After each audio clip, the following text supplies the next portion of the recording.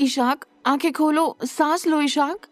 ये कहते हुए कुमकुम ने इशाक की कमीज को फाड़ दिया और उसकी छाती पर प्रेशर करने लगी। कुमकुम की चीखों के अलावा वाराणसी के घने जंगल में बस दो आवाजें सुनाई दे रही थी, गाड़ी खींचते हुए तिग्मांशु की हुंकार और घोड़ा गाड़ी के पहियों की किचुड़ किचुड़ आवाज। क्योंकि इशाक का तड़पना तो कब से बंद हो गया था, उसकी सांसें धीमी हो रही थीं। इशाक की ऐसी हालत देखकर कुमकुम के होश उड़ गए थे। इशाक बेफिक्रा और लफंगा जरूर था, लेकिन पिछले कुछ दिनों से वो काफी बदल गया था।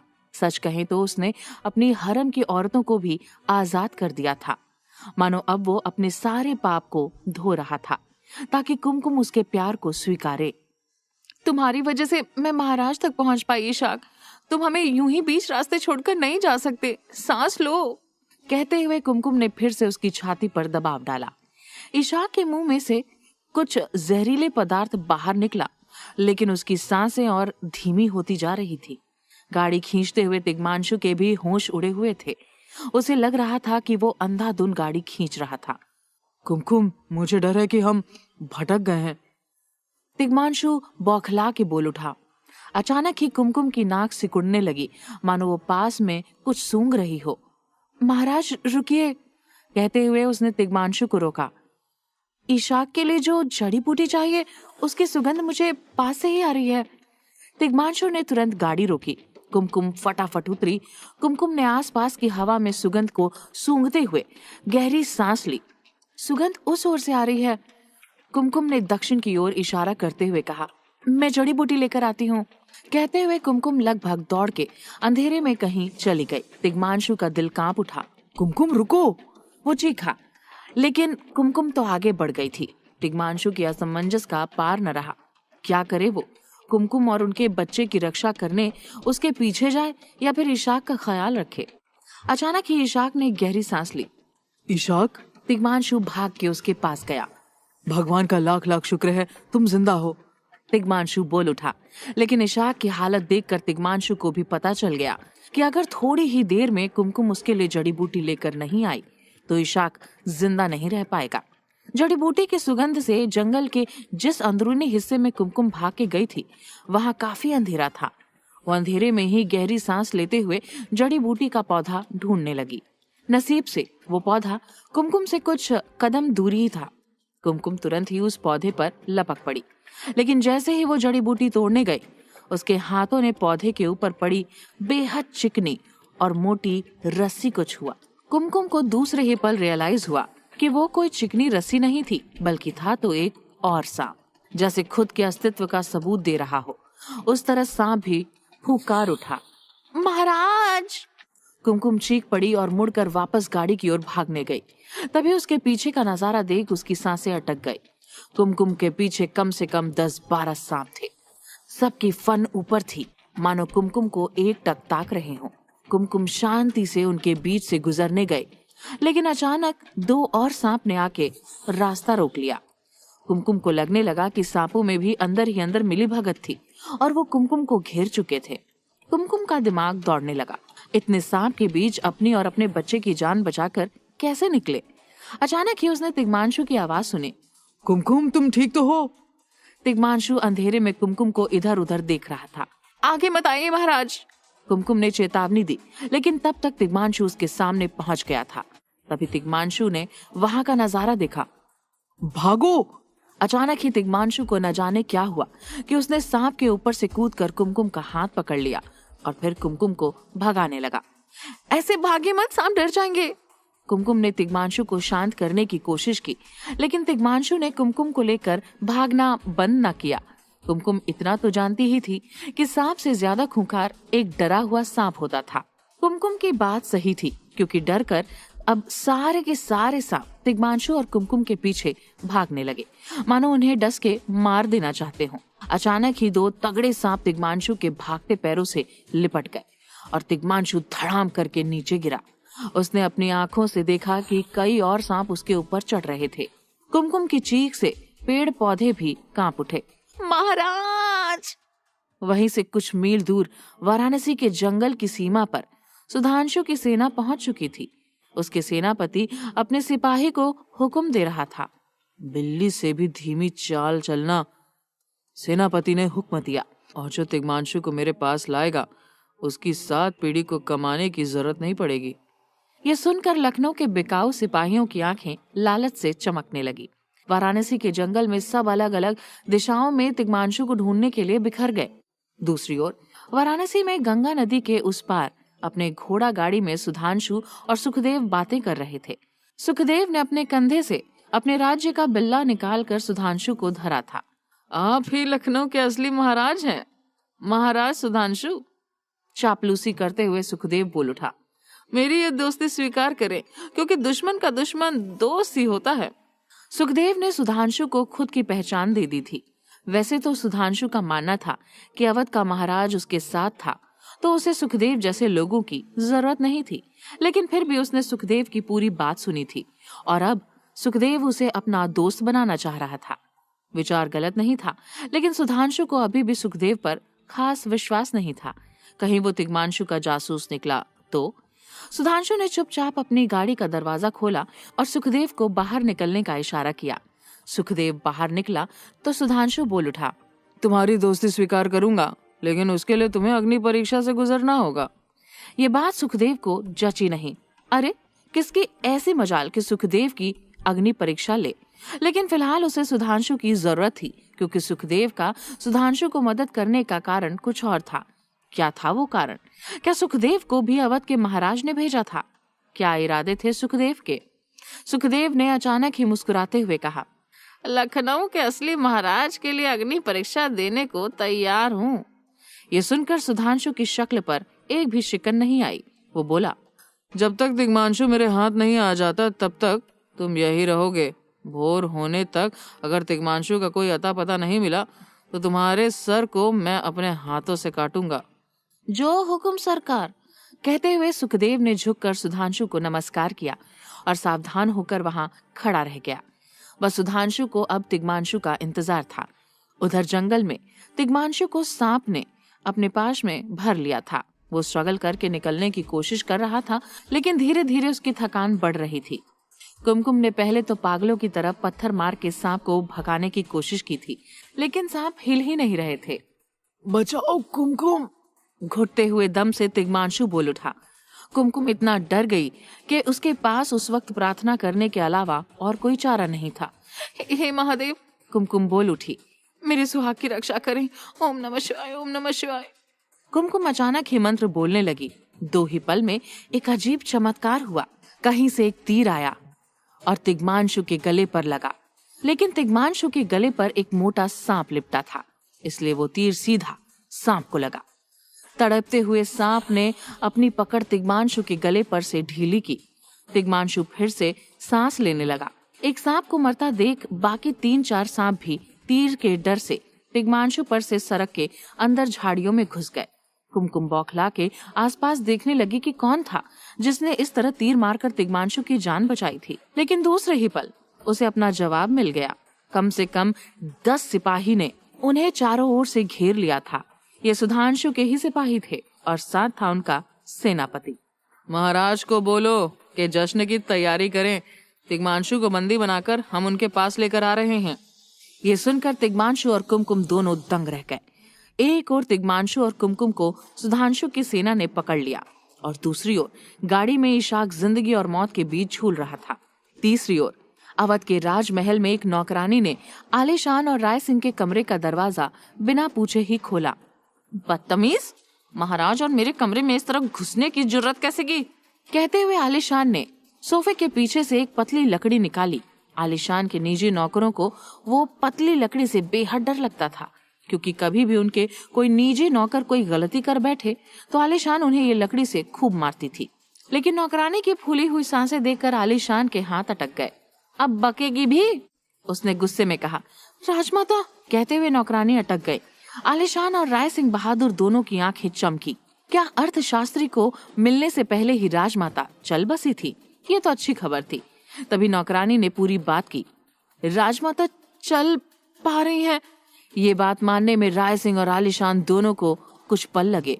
राजमाता सुंदरी पिछले 1 साल से अपने पैरों के सहारे चली नहीं थी। पहले तो उम्र की वजह से उनके घुटनों में काफी दर्द रहता था, इसलिए आराम करती थी। और फिर उनको क्षय की बीमारी हो गई थी। फिर उससे ठीक हो उससे पहले तो बृजमोहन ने उनका गला दबा दिया था। सिर्फ इतना ही नहीं, नौकरानी ने राय सिंह और आलीशान के विचारों को रोकते हुए कहा, वो चलते हुए इधर आ रही है। क्यों? आलीशान ने भौं सिकोड़े ये प्रश्न राय सिंह से पूछा तो अचानक ही दरवाजे पर राजमाता की कड़क लेकिन कोमल आवाज गूंज उठी, उससे क्या पूछ रही हो? उसकी माँ से पूछो। तुरंत ही आलीशान और राय सिंह बहादुर के कमरे का वातावरण एकदम ही बदल गया। राजमाता एक लकड़ी के सहारे ही सही लेकिन काफी अच्छे से चल पा रही थी। वो चलते चलते उन तक पहुंची। भगत! अचानक ही राजमाता ने अर्थशास्त्री को आवाज दी। थोड़े पलों में भगत कमरे में आ पहुंचा। मैं आपसे मिलने आपके कमरे में गया था। वो बोल उठा, लेकिन राजमाता ने कहा, नहीं, मैं जो निर्णय ले रही हूँ उसमें आलीशान और मेरे बेटे का शामिल होना बहुत जरूरी है। ये सुनकर आलीशान और राय सिंह दोनों का दिल जोर से धड़कने लगा, लेकिन वो लोग नहीं जानते थे कि आगे जो होने वाला था उससे तो उनको लगभग हार्ट अटैक ही आने वाला था। राजमाता सुंदरी ने अपनी बंद हथेली उन दोनों के सामने खोल दी। राजमाता की हथेली में था एक गोल सफेद पत्थर। उस सफेद पत्थर पर अवध के राज्य की मोहर थी। आलीशान और राय सिंह की आंखें ये सफेद पत्थर देखकर फट गई, क्योंकि ये कोई मामूली सफेद पत्थर नहीं था। ये था हिंदुस्तान के पहले मुगल बादशाह बाबर के मुकुट से तिग्मांशु के वंशज को भेंट दिया हुआ सफेद पत्थर, रत्नमणि। और इस रत्नमणि का महत्व जानते हो ना? राजमाता ने कुर्सी पर बैठते हुए कहा। अरे, रत्नमणि का महत्व अवध में कौन नहीं जानता था। सालों से आलीशान की नजर इसी रत्नमणि पर तो थी। उसके हिसाब से तो इस रत्नमणि पर उसका नेचुरल हक था, क्योंकि वो खुद एक मुगल थी। लेकिन अवध के राजनैतिक नियम के हिसाब से वो रत्नमणि सिर्फ अवध की महारानी को दिया जाता था। उस हिसाब से भी राजमाता को वो रत्नमणि आलीशान को दे देना चाहिए था, लेकिन वो भली भांति अपने बेटे और आलीशान के इरादे जानती थी, इसलिए उसने वो रत्नमणि अपने पास ही रखा था। मैंने तय किया है कि, राजमाता ने रत्नमणि अर्थशास्त्री को देते हुए कहा, कि ये रत्नमणि कुमकुम के नाम पर किया जाए। आलीशान और राय सिंह बहादुर के कानों से खून निकलना ही बाकी था, क्योंकि रत्नमणि को इतना शक्तिशाली माना जाता था कि राजगद्दी पे कोई महाराज हो या ना हो, रत्नमणि की हकदार औरत अपने आप ही अवध की महारानी बन जाती थी। मतलब कि अब तिग्मांशु युवराज हो या ना हो, ये रत्नमणि की मालकिन कुमकुम इस अवध की महारानी थी। आप ये नहीं कर सकती, अवध की महारानी मैं हूँ। आलीशान पागलों की तरह चीखने लगी, लेकिन राजमाता तब तक उठकर अपने कमरे की ओर जा रही थी। हे आलीशान बेगम, आप अवध की महारानी थीं, अब कुमकुम है, कहते हुए राजमाता वहां से चली गईं। राजमाता सुंदरी ने एक ही चाल में राय सिंह बहादुर और आलीशान को शह और मात दे दी थी। ये भी कह सकते हैं कि उसने गद्दी भी छीन ली थी। आलीशान को चक्कर आने लगे। बेगम! राय सिंह बहादुर उसकी ओर दौड़ गया, क्योंकि आलीशान नीचे जमीन पर बेहोश होकर गिर पड़ी थी। राजमाता ने अपने कमरे में जाते हुए रत्नमणि भगत के हाथ से वापस लिया। इसके भी कागजात बनवा लो और उस पर मैं खुशी खुशी दस्तखत करूंगी। भगत राजगुरु को क्या था, वो लग गया अपने काम पे, कुमकुम को अवध की महारानी बनाने के। पर क्या कुमकुम अवध की महारानी बनने के लिए जिंदा रहेगी भी, या फिर सुधांशु की सेना उसे भी खत्म कर देगी? क्या होने वाला था उस जंगल में? क्या इशाक की जान बच पाएगी? क्या कुमकुम के पास कोई रास्ता बचा था खुद को और तिग्मांशु को उस परेशानी से निकालने के लिए? जानने के लिए सुनते रहिए रॉकिंग महारानी, सिर्फ पॉकेट एफएम ऐप पर। अवध में राजमाता ने अपनी चाल से राय सिंह बहादुर और आलीशान के चारों खाने चित्ते कर दिए थे। आलीशान अब भी शौक में बेहोश पड़ी हुई थी और राय सिंह बहादुर उसे होश में लाने की कोशिश कर रहा था। वहीं दूसरी ओर वाराणसी के जंगल के बीचों बीच इशाक अपनी आखिरी सांसें ले रहा था और कुमकुम उसके इलाज के लिए जड़ी बूटी खोजने की कोशिश में लगी थी। लेकिन सुधांशु की सेना जो उन तीनों को घेर कर खड़ी थी, उनके बीच से निकलकर जड़ी बूटी खोजना नामुमकिन था। कुमकुम और तिग्मांशु बुरी तरह से फंस गए थे और उन्हें समझ में नहीं आ रहा था कि आखिर वो निहत्थे उस सेना का मुकाबला कैसे कर सकते थे। वहीं घोड़ा गाड़ी में बेहोश इशाक को इन बातों का कोई होश ही नहीं था। हर गुजरते पल के साथ उसकी सांसें भी कम होती जा रही थीं। तभी सुधांशु के सेना का एक सिपाही दूसरे से बोला, खड़े खड़े देख क्या रहे हो, आगे बढ़ो और इस तिग्मांशु को बंदी बना लो और कुमकुम को भी। उसकी बात सुनकर वो सिपाही अपने हाथ में तलवार लेकर तिग्मांशु की ओर बढ़ा, लेकिन तभी कुमकुम बीच में आते हुए उस सिपाही पर झपटी। कुमकुम ने अपने दोनों हाथों से तलवार पकड़े उसके हाथ को दबोच लिया और उससे तलवार छीनने की कोशिश करने लगी, लेकिन वो सिपाही कुमकुम से थोड़ा ज्यादा ताकतवर था। उसने अपने दूसरे हाथ दे कुमकुम को एक थप्पड़ मारा, जिसकी चोट से कुमकुम दूर जाकर झाड़ियों में गिरी। कुमकुम! कुमकुम को गिरता देख तिग्मांशु जोर से चीखा। वो जानता था कि कुमकुम पेट से थी और उसे कुमकुम के साथ साथ अपने होने वाले बच्चे की भी चिंता थी। अचानक ही तिग्मांशु का खून खौल गया और वो निहत्था ही उस सिपाही पर झपट पड़ा।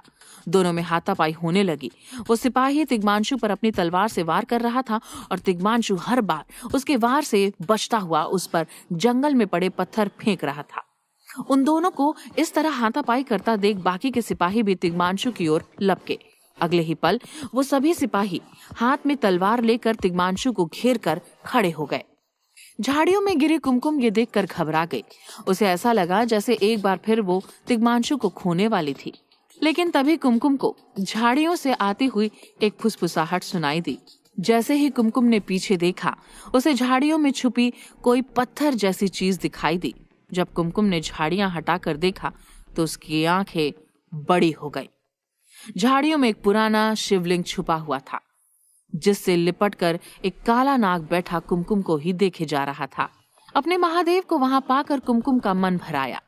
बिना उस नाग की चिंता किए कुमकुम उस शिवलिंग पर अपना माथा टेकते हुए बोली, महादेव हमारी रक्षा करो। कुमकुम के ऐसा बोलते ही शिवलिंग पर लिपटे काले नाग ने झुककर अपना फन कुमकुम के सिर पर रख दिया, मानो जैसे महादेव खुद कुमकुम के सिर पर अपना हाथ रखकर उसे आशीर्वाद दे रहे हों। तभी वहां एक और चमत्कार देखने को मिला।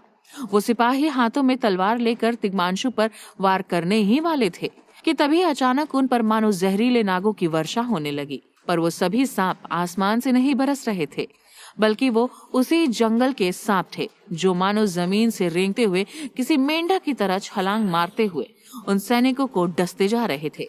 उन सिपाहियों की चीख से पूरा जंगल ढल उठा था और एक एक सिपाही पर बहुत सारे सांप लिपटे हुए थे। वो भयानक दृश्य देखकर तिग्मांशु भी दंग रह गया था। पर आश्चर्य की बात ये थी कि उनमें से एक भी सांप ने तिग्मांशु को नहीं डसा था। उन सिपाहियों की चीख सुनकर कुमकुम ने अपना माथा शिवलिंग पर से उठाया तो उसने देखा कि उस शिवलिंग पर उस समय कोई भी सांप नहीं लिपटा था। जैसे ही कुमकुम ने पीछे देखा, अपनी आंखों के सामने का नजारा देखकर उसके भी हाथ पैर फूल गए। लेकिन तिग्मांशु को सुरक्षित देखकर उसकी जान में जान आई। उसने महादेव को प्रणाम किया और भागकर तिग्मांशु के पास जाते हुए बोली, हमें अभी यहाँ से निकलना होगा, इससे पहले कि यहाँ और ज्यादा सिपाही आ जाएं। तिग्मांशु ने हाँ में अपना सिर हिलाया और बेहोश पड़े इशाक को उठाकर कुमकुम के साथ वहां से भाग निकला। दूसरी ओर जंगल के बाहर अब सुधांशु अपने सिपाहियों के लौटने का इंतजार कर रहा था। हर गुजरते पल के साथ वहां खड़े सुखदेव भी बेचैन हो रहा था। अगर तिग्मांशु सुधांशु के हाथ न आता तो सुधांशु उसका सर धड़ से अलग करने वाला था। तभी सुखदेव के घोड़े के हिनहिनाने की आवाज आई और कुछ पलों में उसे एक घोड़ा भागते हुए उसकी ओर आते दिखाई दिया। सुधांशु भी घोड़े की आवाज सुनकर अपनी घोड़ा गाड़ी से बाहर आया। वो वही घोड़ा था जो जंगल में तिग्मांशु और कुमकुम की गाड़ी से निकलकर भागा था। जब सुधांशु के सैनिकों ने उस घोड़े को अपने काबू में किया तो उस घोड़े की पीठ पर दगी हुई अवध साम्राज्य की मोहर देखकर वो तुरंत समझ गया कि वो घोड़ा अवध की शाही बग्गी का घोड़ा था। सुधांशु मुस्कुराते हुए अपने सेनापति से बोला, जरूर अवध से कोई तिग्मांशु को वापस लेने आया है। हमें अपनी सेना को इस जंगल के अंदर भेजकर उसे ढूंढना चाहिए। ये सुनकर वहां खड़ा सुखदेव बोला, गुस्ताखे माफ हो महाराज, पर क्या आपने देखा नहीं कि इस घोड़े पर एक भी सवारी नहीं है? यहाँ तक कि आपके सैनिक जो कुछ देर पहले इस जंगल में गए थे वो भी अभी तक वापस नहीं लौटे हैं। ये जंगल जहरीले सांपों से भरा है। अगर तिग्मांशु अंदर गया भी होगा तो अब तक सांपों के डसने के कारण ईश्वर को प्यारा हो चुका होगा। ये सुनकर एक पल को सुधांशु का दिल बैठ गया, लेकिन फिर उसने खुद को संभालते हुए सुखदेव से रूखे शब्दों में कहा, जब तक मैं तिग्मांशु की लाश नहीं देख लेता तब तक मैं उसे मरा हुआ नहीं समझ सकता। सेनापति, जैसा मैंने कहा ठीक वैसा करो और सेना को जंगल के अंदर भेजने की तैयारी करो। सेनापति ने अपनी गर्दन हाँ में हिलाते हुए कहा, जो हुक्म महाराज। जंगल के अंदर तिग्मांशु ईशाक को अपने कंधे पर लटकाए कुमकुम के साथ जंगल के और भीतर भागता जा रहा था। भागते भागते कुमकुम की सांस फूलने लगी थी। वो तेज सांसें लेती हुई वहीं जमीन पर बैठ गई। कुमकुम, तुम ठीक तो हो? कुमकुम की सांसें उखड़ रही थी, पर उसने हाँ में अपना सिर हिलाया, क्योंकि वो नहीं चाहती थी कि उसकी वजह से तिग्मांशु और ईशाक खतरे में आए। लेकिन तभी अचानक कुमकुम के मुंह से एक जोर की चीख निकली, जिससे तिग्मांशु भौचक्का रह गया। कुमकुम फटी आंखों से ईशाक की तरफ देख रही थी। जब तिग्मांशु ने ईशाक को देखा तो उसके हाथ पैर भी फूल गए। ईशाक के मुंह से भी उस घोड़ा गाड़ी वाले की तरह झाग निकल रहा था, जिसका मतलब ये था कि सांप का जहर उसके दिमाग तक पहुंचने वाला था। मुझे जल्दी से वो जड़ी बूटी ढूंढकर ईशाक को देनी होगी, नहीं तो इसे बचाना नामुमकिन हो जाएगा। कुमकुम की बात सुनकर तिग्मांशु ने घबराते हुए पूछा, पर वो जड़ी बूटी मिलेगी कहाँ? तभी अचानक कुमकुम और तिग्मांशु ने कुछ तेज कदमों को अपनी तरफ आते सुना। एक पल को कुमकुम घबरा उठी, क्योंकि उसे पता था कि सुधांशु की सेना उस जंगल में हर तरफ फैली हुई थी। इससे पहले कुमकुम तिग्मांशु के साथ उठकर वहां से भागती, अचानक ही उसकी आंखों के सामने अंधेरा छा गया और वो वहीं गिरकर बेहोश हो गई। कुमकुम, कुमकुम, तुम ठीक तो हो? तिग्मांशु की आवाज सुनकर कुमकुम ने धीरे से अपनी आंखें खोली तो एक बड़ा ही भयानक दिखने वाला चेहरा तिग्मांशु के पीछे खड़ा था। उस चेहरे को देखकर कुमकुम के मुख से एक चीख निकल पड़ी, लेकिन तभी तिग्मांशु ने आगे बढ़कर कुमकुम को संभाला। कुमकुम ने देखा वो एक कुटिया के अंदर एक चटाई पर लेटी हुई थी और उसके और तिग्मांशु के अलावा भयानक सा दिखने वाला वो शख्स भी वहां मौजूद था। तिग्मांशु कुमकुम को शांत कराते हुए बोला, घबराओ मत कुमकुम, हम सुरक्षित जगह पर हैं। ये श्रृंगबेर कबीला है और यहाँ के लोगों ने हमारी जान बचाई है। तिग्मांशु की बात सुनकर कुमकुम थोड़ी शांत हुई। तभी वो भयानक चेहरे वाला आदमी कुमकुम से बोला, घबराओ मत, मैं श्रृंगबेर कबीले का सरदार हूँ, संपाति। सदियों से ये कबीला इस जंगल में रहता आ रहा है। हम सब महान एकलव्य के वंशज हैं और न जाने हमने कितने ही क्षत्रियों की यहाँ रक्षा की है। तभी कुमकुम को अचानक से ईशाक का ख्याल आया और वो हड़बड़ाते हुए तिग्मांशु से बोली, ईशाक कहाँ है? कहीं उसे कुछ? ईशाक बिल्कुल ठीक है। इस कबीले के लोगों ने उसे सही समय रहते वही बूटी दी है जिसका तुम जिक्र कर रही थी। ये सुनकर कुमकुम की जान में जान आई। कुमकुम तिग्मांशु और संपाति के साथ पास वाली कुटिया में दाखिल हुई, जहाँ ईशाक एक चटाई पर लेटा आराम कर रहा था। उसे होश तो आ गया था, पर अभी भी वो थोड़ा कमजोर महसूस कर रहा था। अब तुम कैसे हो ईशाक? कुमकुम की बात का जवाब देते हुए ईशाक ने मुस्कुरा कर कहा, तुम जहाँ हो वहाँ किसी की मौत कैसे हो सकती है? ईशाक की बात सुनकर तिग्मांशु और कुमकुम के चेहरे पर भी मुस्कान आ गई। तभी कबीले के कुछ औरतें उन लोगों के लिए जंगल के कुछ फल लेकर आईं। आप हमारे मेहमान हो और मेहमान ईश्वर का रूप होता है, इसलिए हमारी तरफ से एक छोटी सी भेंट स्वीकार करें। उन लोगों ने मुस्कुराकर उनकी भेंट स्वीकार की और पेट भरकर वो स्वादिष्ट फल खाए। तभी तिग्मांशु ने संपाति को चेतावनी देते हुए कहा, हमारे पीछे दुश्मन की सेना पड़ी हुई है। वो सब इस जंगल में घुस आए हैं। मुझे डर है अगर वो यहाँ पहुंच गए तो आपका कबीला भी खतरे में आ सकता है। आप लोगों को घबराने की जरूरत नहीं है। भूलिए मत, हम महान एकलव्य के वंशज हैं और हमें ईंट का जवाब पत्थर से देना आता है। मैं आपको ये वचन देता हूँ कि हमारे रहते आपको कोई नुकसान नहीं पहुंचा सकता। संपाति ने इतना बोला ही था कि तभी बाहर से कबीले वालों की चीखने की आवाज आती सुनाई दी। जैसे ही वो उस कुटिया से बाहर निकला, उसने देखा उसके कबीले पर सैकड़ों तीर बरस रहे थे, जो वहां के लोगों के शरीर को भेदते हुए उनकी जान ले रहे थे। वो फौरन कुटिया के अंदर आया और वहां रखा अपना धनुष बाण उठाकर बोला, दुश्मन ने हमला कर दिया है। आप लोग पीछे के रास्ते से भाग निकले, इन्हें हम संभाल लेंगे। ये सुनते ही कुमकुम, तिग्मांशु और ईशाक कुटिया से भाग निकले और संपाति दुश्मन से लड़ने बाहर निकल गया। उधर अवध के राजमहल में अपने कमरे में बैठी नित्या एक दर्पण के सामने श्रृंगार कर रही थी। उस वक्त उसकी खुशी का ठिकाना न था। जब से यह अफवाह फैली थी कि ईशाक कुमकुम को लेकर कहीं भाग गया था, तब से अगर कोई सबसे ज्यादा खुश था तो वो नित्या थी। वो मुस्कुराते हुए बड़बड़ाई, इशाक ने मेरा काम और आसान कर दिया। अब तिग्मांशु उस कुमकुम को सपने में भी याद नहीं करेगा और सिर्फ मेरा हो जाएगा। मैं उसकी दुल्हन बनूंगी। तभी अचानक नित्या के पीछे से प्यार भरी पर कड़क आवाज आई, महारानी नित्या। वो आवाज सुनकर नित्या का दिल बैठ गया और जैसे ही उसने अपने पीछे देखा तो उसे दरवाजे पर खड़ा अपना बुरा सपना पूरा होते नजर आया, क्योंकि दरवाजे पर और कोई नहीं बल्कि कूच बिहार का महाराज और नित्या का पति जगमोहन खड़ा था। क्या जगमोहन ने नित्या की बातें सुन ली थी? क्या कुमकुम, तिग्मांशु और इशाक सुधांशु की सेना से बचकर जंगल से भाग पाएंगे? जानने के लिए सुनते रहिए रॉकिंग महारानी, सिर्फ पॉकेट एफएम ऐप पर। आप यहाँ क्या क्या कर रहे हैं महाराज? नित्या ने हकलाते हुए सामने खड़े उसके पति और कूच बिहार के महाराज जगमोहन को पूछा। अब तक नित्या ने हमेशा जगमोहन की आंखों में उसके लिए प्यार ही देखा था, लेकिन उस वक्त न जाने क्यों नित्या ने पहली बार उसकी आंखों में कुछ और भी देखा। क्या उसकी आंखों में शंका थी?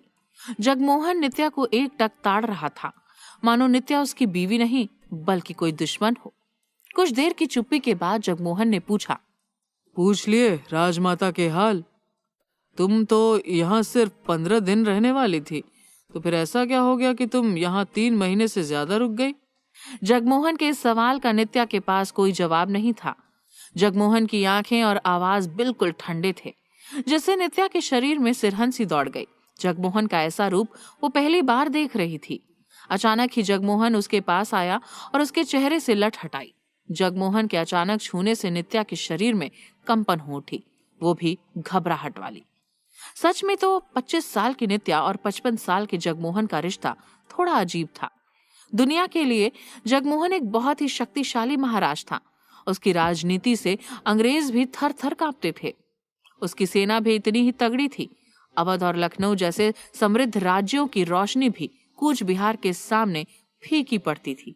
लेकिन जगमोहन नित्या पर लट्टू था। नित्या के लिए जगमोहन को अपने इशारों पर नचाना बहुत ही आसान था, लेकिन फिर भी नित्या तिग्मांशु के पीछे पीछे अवध तक क्यों आई थी? उसका एक ही कारण था। पिछले 10 सालों में नित्या और जगमोहन ने शासन तो बेहतरीन तरीके से चलाया था, लेकिन अपने कमरे का दरवाजा बंद होते ही दोनों की दुनिया बेहद अलग हो जाती थी। शादी की पहली ही रात को नित्या को पता चल गया था कि उसका पति उसे शारीरिक सुख नहीं दे पाएगा। नित्या बेहद असंतुष्ट बीवी थी। वही असंतुष्टि उसे तिग्मांशु की तरफ खींच लाई थी। उस वक्त नित्या के कमरे में जगमोहन उसे ऐसे घूर रहा था मानो वो नित्या की रूह के अंदर झांक रहा हो। नित्या ने उस हालत से निकलने के लिए नखरे करने शुरू किए। आप बिना बताए क्यों आ गए? मैं आपका ठीक से स्वागत भी न कर पाई। नित्या चेहरा मोड़कर बोलने गई, लेकिन अचानक ही जगमोहन उसके गालों को कसकर पकड़ लिया। क्या हुआ है? नित्या जगमोहन के ऐसे बर्ताव से दंग रह गई, लेकिन नित्या ने अभी जगमोहन का बदला रूप देखा ही कहाँ था। मुझे बस एक बात का जवाब चाहिए। जगमोहन ने अपनी पकड़ नित्या के गाल पर मजबूत की। 3 महीने तक यहाँ क्या कर रही थी तुम? नित्या का दिल जोर से धड़कने लगा। क्या जगमोहन को पता चल गया था कि वो वहाँ तिग्मांशु के लिए रुकी थी? अगर पता चल गया था तो कैसे? छोड़िए, मुझे दर्द हो रहा है, कहते हुए नित्या उसका हाथ हटाने गई, लेकिन अचानक ही जगमोहन ने नित्या को धक्का दिया। नित्या बिस्तर पर जा गिरी। जगमोहन उसके ऊपर आ गया। जगमोहन ने आज तक नित्या के साथ ऐसा बर्ताव नहीं किया था। वो तिग्मांशु की तरह जंगली नहीं था। नहीं, नित्या कहने गई, लेकिन तब तक जगमोहन ने उससे प्यार करना शुरू कर दिया था। नहीं। नित्या की आंखों से शौक के आंसू निकलने लगे और तभी ही अचानक हांफते हांफते जगमोहन ने नित्या के बाल पकड़े और जबरदस्ती करनी शुरू की। नित्या को घिन आ रही थी। वो बोल उठी, महाराज। लेकिन अचानक ही जगमोहन का हांफना और नित्या के बालों पर की पकड़ मजबूत हो गई। जगमोहन ने जबरदस्ती जारी रखते हुए पूछा, आज 3 महीने के बाद मुझे अपने करीब पाकर खुश नहीं हो? नित्या के होश उड़ गए। नहीं। उसकी आंखों में से अब आंसू निकलने लगे, लेकिन जगमोहन का जोश बढ़ता गया। पता है क्यों? बताऊं? वो बोला। नित्या समझ गई कि कोई तो बात उसके कानों तक पहुंची थी। उसने रोते हुए पूछा, ये आप क्या कर रहे हो? जगमोहन ने कहा, तुम इसीलिए खुश नहीं हो क्योंकि तुम्हें यहाँ कोई और खुश कर रहा था, है ना? जगमोहन ने कसकर एक बार नित्या के गाल पकड़ लिए और उसे खुद की आंखों में देखने पर मजबूर कर दिया। वो तिग्मांशु था ना, बोल कितनी रातें गुजारी उसके साथ, बोल। ये कहते हुए उसने नित्या को एक बेहद करारा चांटा मार दिया। नित्या तुरंत ही बिस्तर से गिरी और शौक में ऊपर देखने लगी। महाराज जी, ये क्या बोल रहे हैं? मैं हमारे राज्य की कसम खा के कहती हूँ, तिग्मांशु ने मुझे छुआ तक नहीं, नित्या ने कांपते हुए कहा। वैसे नित्या की बात तो सच ही थी। जगमोहन ये सुनकर एकदम चुप हो गया। वो जानता था कि नित्या कभी अपने राज्य, अपने सत्ता की झूठी कसम नहीं खाएगी। वो उठा और बिना कुछ कहे कमरे से बाहर निकल गया। नित्या अभी तक कांप रही थी, उसका दिमाग घूम रहा था। वो सोचने लगी, ये क्या हो गया और क्यों? किसने बुलाया कूच बिहार के महाराज को यहाँ? दूसरी ओर वाराणसी के जंगल में श्रृंगबेर कबीले के जांबाज लोग सुधांशु की मजबूत सेना से लोहा ले रहे थे। उस वजह से कुमकुम और तिग्मांशु को इशाक को लेकर भागने का मौका मिल गया। इशाक भाग पा रहा था, लेकिन फिर भी उसके शरीर में कमजोरी थी। तीनों पहले तो सुधांशु की सेना से भागकर आगे जाने लगे, लेकिन फिर अचानक ही कुमकुम रुक गई। तिग्मांशु और इशाक भी उसकी वजह से भागते हुए रुके। कुमकुम भागो, ये रुक क्यों गई? तिग्मांशु ने उसका हाथ पकड़कर उसे आगे भगाना चाहा। दरअसल वो लोग एकदम सही दिशा में भाग रहे थे। कुछ ही कदमों दूर वाराणसी के जंगल की सीमा थी। इशाक का मानना था कि वो सीमा शायद इलाहाबाद की तरफ की थी, जो वाराणसी से विपरीत दिशा में पड़ता था। लेकिन कुमकुम का यूं रुक जाना दोनों को खटका। हम इस तरफ भाग नहीं सकते, कुमकुम ने हाफते हुए कहा। यह सुनकर तिग्मांशु और इशाक दोनों हैरान रह गए। कुमकुम, तुम होश में तो हो? सुधांशु की सेना हमारे पीछे पड़ी है, इशाक बोला। लेकिन सुधांशु की सेना बेचारे निर्दोष लोगों की जान ले रही है, वो भी हमारी वजह से। कुमकुम बेहद बेचैन होकर बोल उठी। मैं ये नहीं होने दे सकती। कबीले के लोगों के दिल बहुत बड़े हैं कि वो लोग हमारी लड़ाई लड़ते लड़ते मर रहे हैं और हम भाग जाए महाराज। कुमकुम ने भावुक होकर तिग्मांशु को कहा, मैं और आप लखनऊ के महारानी और महाराजा हैं। ये कबीले के लोग हमारे लिए हमारे बच्चों के समान हुए। कुमकुम ने अपने पेट पर हाथ रखा और आंखों में आंसू के साथ पूछा, क्या हम हमारे बच्चे को किसी दुश्मन के सहारे यूं छोड़कर भाग जाएंगे? इशाक को कुमकुम की बात ठीक न लगी। कुमकुम, तुम दोनों को कुछ हो गया तो अवध और लखनऊ का क्या होगा? इसे समझाओ न तिग्मांशु, हमारे पास ज्यादा वक्त नहीं है, इशाक ने बिनती भरे आवाज में कहा। अचानक ही तिग्मांशु कुमकुम की ओर मुड़ा। मैं तुम्हारी बात के साथ सहमत हूँ कुमकुम, चलो वापस। कहते हुए तिग्मांशु कुमकुम का हाथ पकड़ वापस कबीले और सुधांशु की सेना की ओर जाने लगा। इशाक की आंखें फट गईं। तुम दोनों बहुत बड़ी गलती कर रहे हो, पछताओगे, इशाक चिल्लाया। लेकिन तिग्मांशु और कुमकुम न रुके। इशाक गुस्से में तिग्मांशु और कुमकुम को अकेला छोड़ वाराणसी के जंगल से बाहर की ओर भागने लगा। तिग्मांशु और कुमकुम भाग रहे थे। अचानक ही भागते भागते कुमकुम ने अपना पेट पकड़ लिया। आह कहते हुए वो अटक गई। क्या हुआ, सब ठीक तो है? तिग्मांशु ने कुमकुम से पूछा। कुमकुम ने हाँ में सर हिलाया, लेकिन वो ठीक नहीं थी। उसके दिल में छेद था, जिसकी वजह से उसे भागने दौड़ने से मना किया गया था। लेकिन तिग्मांशु ये बात नहीं जानता था। उसे तो लगा था कि कुमकुम भागने की वजह से हाँफ रही थी। थोड़ी देर यहाँ बैठो, गहरी सांस लो, तिग्मांशु ने कहा। लेकिन कुमकुम थोड़ी देर आराम करने जाए उससे पहले एक खतरनाक चीख सुनाई दी, मानो किसी को बेरहमी से जला रहे हों। कुमकुम और तिग्मांशु दोनों कांपने लगे। बेचारों के साथ क्या कर रहे हैं वो लोग? कुमकुम तुरंत ही बोल उठी और कहा, मैं ठीक हूँ, चलिए। कहते हुए हांफते हांफते कुमकुम कबीले की ओर भागने लगी। तिग्मांशु और कुमकुम ने वहां पहुंचकर एक पेड़ के पीछे छुप के सब देखा। खूंखार युद्ध चल रहा था कबीले के भोले लोगों और सुधांशु की सेना के बीच। स्वाभाविक है, सेना के पास ज्यादा शस्त्र थे, इसलिए उनका हाथ ऊपर था। कबीलों में से कुछ लोगों के शव देखकर कुमकुम का दिल दहक उठा। अचानक ही उसने झुककर नीचे से ढेर सारे पत्थर उठाए। क्या कर रही हो? तिग्मांशु ने कुमकुम से कहा। लेकिन तब तक कुमकुम ने अपना दुपट्टा उतार दिया था और एक पेड़ के 2 ब्रांचेस से बांध रही थी। पत्थर के सिवाय हमारे पास और कोई शस्त्र? हाफते हुए कुमकुम पूरे वाक्य भी नहीं बोल पा रही थी। तिग्मांशु समझ गया कि कुमकुम क्या करना चाहती थी।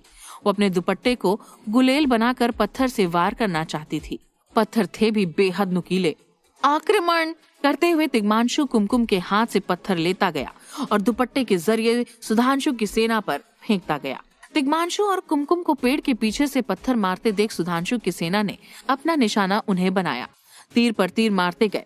कुमकुम और तिग्मांशु खुद को बचा के एक पेड़ के पीछे छिपे हुए ही थे, लेकिन अचानक ही कुमकुम ने थोड़ी दूर कबीले की एक औरत को घायल पड़ा देखा। उसके घावों से बेहद खून बह रहा था और वो आखिरी सांसें ले रही थी। कुमकुम जानती थी कि अगर सही टाइम पे जड़ी बूटी लगा दे तो उस औरत की जान बच सकती थी। सुधांशु की सेना की बाड़ों की वर्षा के बीच कुमकुम पेड़ के पीछे से बाहर निकली और दूर उगी हुई एक जड़ी बूटी को लेने जाने लगी। कुमकुम वो जड़ी बूटी लेने में कामयाब हुई और उस जख्मी औरत के पास जाकर उसने वो जड़ी बूटी उसके घावों पर लगा दी। आप जाइए, आपको मार डालेंगे, वो औरत ने हांफते हुए कहा। कुमकुम का दिल भर आया। कितने निस्वार्थ थे ये जंगली कबीले के लोग। खुद इतनी पीड़ा में थी, फिर भी उसे कुमकुम की फिक्र पहले थी। लेकिन उसकी बात तो सही थी। तुम उठो, थोड़ा दूर चलते हैं, कहते हुए कुमकुम ने तीरों के बीच उस औरत को उठाया और बगल में कहीं एक पेड़ के पीछे उसे सुला दिया। लेकिन जब वो तिग्मांशु के पास गई तो उसके पैरों तले जमीन खिसक गई। कुछ ही समय पहले वो तिग्मांशु को जहां छोड़ गई थी, तिग्मांशु वहां नहीं था। सच में तो तिग्मांशु पत्थरों से लड़ाई करते करते थोड़ा दूर चला गया था। उसके आसपास सुधांशु की सेना हमला कर रही थी और तिग्मांशु उन पर सामने हमला कर रहा था। अचानक ही उसने खुद को एक सुनसान जगह पर पाया। उसके पीछे दौड़ रहे दो सिपाही अचानक ही किसी को देखकर रुक गए। तिग्मांशु को अचरज हुआ कि ऐसा तो क्या देखा इन लोगों ने कि वो लोग अपनी ही जगह पर जम गए। तिग्मांशु का जवाब उसके पीछे खड़ा था। भाई हूँ, इसीलिए तेरी पीठ पर वार नहीं करूंगा, वरना अब तक तू मर चुका होता। तिग्मांशु ने उसके पीठ पीछे सुधांशु की आवाज सुनी। तिग्मांशु ने मुड़कर देखा तो सुधांशु उसके पीछे एक अंग्रेजी पिस्तल ताने हुए खड़ा था। मौत तिग्मांशु के मुंह में ताड़ रही थी, लेकिन फिर भी न जाने क्यों तिग्मांशु को डर नहीं लगा। हिम्मत है तो गोली चला दो, तिग्मांशु ने सुधांशु को एकटक देखते हुए कहा। सुधांशु ने ट्रिगर चढ़ाई। वही इरादा है, वो नफरत से तिग्मांशु को देखते हुए बोल उठा। मरने से पहले मैं एक आखिरी बात कहना चाहता हूँ भैया, सुनोगे? तिग्मांशु ने पूछा। सुधांशु ने हाँ या ना कुछ नहीं कहा। तिग्मांशु ने कहा, मेरे पास एक रहस्यमय चीज है जिसके बारे में सिर्फ मेरा वफादार गुलाब सिंह जानता है। कुमकुम नहीं, फूलमती नहीं, नित्या नहीं और राजमाता भी नहीं। जानते हो क्या वो चीज? सुधांशु ने फिर से जवाब ना दिया। तिग्मांशु ने अपनी जेब में हाथ डाला और एक लट्टू बाहर निकाला। ये लट्टू याद है भैया? तिग्मांशु ने भावुक होते हुए कहा। सुधांशु की भौवें सिकुड़ गए। सुधांशु को लगा कि तिग्मांशु भागने के लिए उसका ध्यान भटकाने की कोशिश कर रहा है। कोई बेहुदा मजाक करके मेरा ध्यान भटकाने की कोशिश भी की ना तो 2 ही पल में यमराज को देख लेगा, कहते हुए सुधांशु ने गुस्से में पिस्तल तिग्मांशु के सर पर रख दी। तिग्मांशु ने वो लट्टू आगे किया और कहा, ये लट्टू आपने मुझे बचपन में भेंट दिया था। आपकी तरफ से पहली भेंट थी। मैं आपकी जगह कभी लेना ही नहीं चाहता था। मैं महाराज बना तो सालों तक गद्दी पर मैं नहीं ये लट्टू बैठता था भैया। मेरा यकीन ना हो तो मेरी जान लेने के बाद गुलाब सिंह से पूछ लीजिएगा। सुधांशु चुप हो गया। तिग्मांशु सच कह रहा था। लखनऊ के महाराज बनने के कई सालों तक तिग्मांशु अपनी गद्दी पर बैठा भी न था। दरबार में कुमकुम या फिर महिषी भी आती नहीं थी, इसलिए वो ये बात जानती नहीं थी। पिताजी के मरने के बाद मैंने आपको कितनी चिट्ठियां भेजी। मैं चाहता था कि आप वापस आ जाएं, लेकिन आप आए ही नहीं। आपने उन चिट्ठियों का जवाब तक नहीं दिया। तिग्मांशु ने लट्टू को वापस अपनी जेब में रखते हुए कहा। चिट्ठी? सुधांशु ने बौखला के पूछा। मुझे तो कोई चिट्ठी नहीं। सुधांशु ये बात पूरी करे उससे पहले धड़ाम करके सुधांशु के सर पर किसी ने जोर से पत्थर दे मारा। सुधांशु का सर फट गया और वो गिरकर बेहोश हो गया। तिग्मांशु ने आंखें फाड़ कर देखा और इशाक को वहां खड़ा पाया। वो पत्थर इशाक ने ही सुधांशु को मारा था। क्या इशाक ने सुधांशु को मार डाला था? क्या वो लोग उस घने जंगल से कभी निकल पाएंगे? जगमोहन के अचानक आ जाने के बाद क्या होगा नित्या का हाल? जानने के लिए सुनते रहिए रॉकिंग महारानी, सिर्फ पॉकेट एफएम ऐप पर। अवध के राजमहल में अर्थमंत्री भगत राजगुरु अपने हाथों में कुछ कागजात लिए राजमाता सुंदरी के कमरे की तरफ जा रहा था। तभी अचानक राय सिंह बहादुर ने उसका रास्ता रोकते हुए कहा, हमें तुमसे कोई जरूरी बात करनी है भगत। क्या तुम हमारे साथ हमारे कमरे में चल सकते हो? भगत ने 2 पल राय बहादुर के चेहरे को गौर से देखा और फिर हाँ में अपना सिर हिलाकर उनके साथ चल दिया। जब भगत राय बहादुर के कमरे में पहुंचा तो उसने देखा वहां आलीशान भी मौजूद थी। आलीशान भगत को देखकर मुस्कुराई और बोली, सुना है तुम्हारा एक बेटा है जो लंदन में रहकर अंग्रेजों की सेना में भर्ती होने के लिए प्रशिक्षण ले रहा है। भगत ने हाँ में सिर हिलाते हुए कहा, जी हाँ बेगम, पर आप इस बारे में क्यों पूछ रही हैं? आलीशान मुस्कुराते हुए बोली, दरअसल वो क्या है कि कानपुर के तहसीलदार का तबादला हो रहा है और मुझे वहाँ के लिए एक अच्छे और काबिल तहसीलदार की जरूरत है। सोच रही थी कि अगर कोई ऐसा शख्स मिल जाए जो कानपुर की राजनीति संभाल सके तो कानपुर से बहुत अच्छा कर वसूल कर सकते हैं। भगत ने हैरान होते हुए पूछा, वो सब तो ठीक है, पर इन सब से मेरे बेटे का क्या लेना देना? तभी राय बहादुर मुस्कुराते हुए भगत से बोला, देखो भगत, ये बात तुम अच्छे से जानते हो कि ये अंग्रेज हमारे देश को अंदर से खोखला करने में लगे हुए हैं।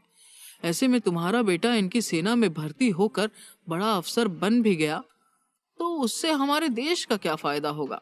इसलिए मैं चाहता हूँ कि तुम्हारा बेटा अंग्रेजों की चापलूसी करना छोड़कर हमारे देश के काम आए। वो जवान खून है और बहुत काबिल भी। इसलिए मैंने और बेगम ने ये तय किया है कि तुम्हारे बेटे को कानपुर के नए तहसीलदार के रूप में नियुक्त किया जाए। राय बहादुर की बात सुनकर भगत चौंक उठा।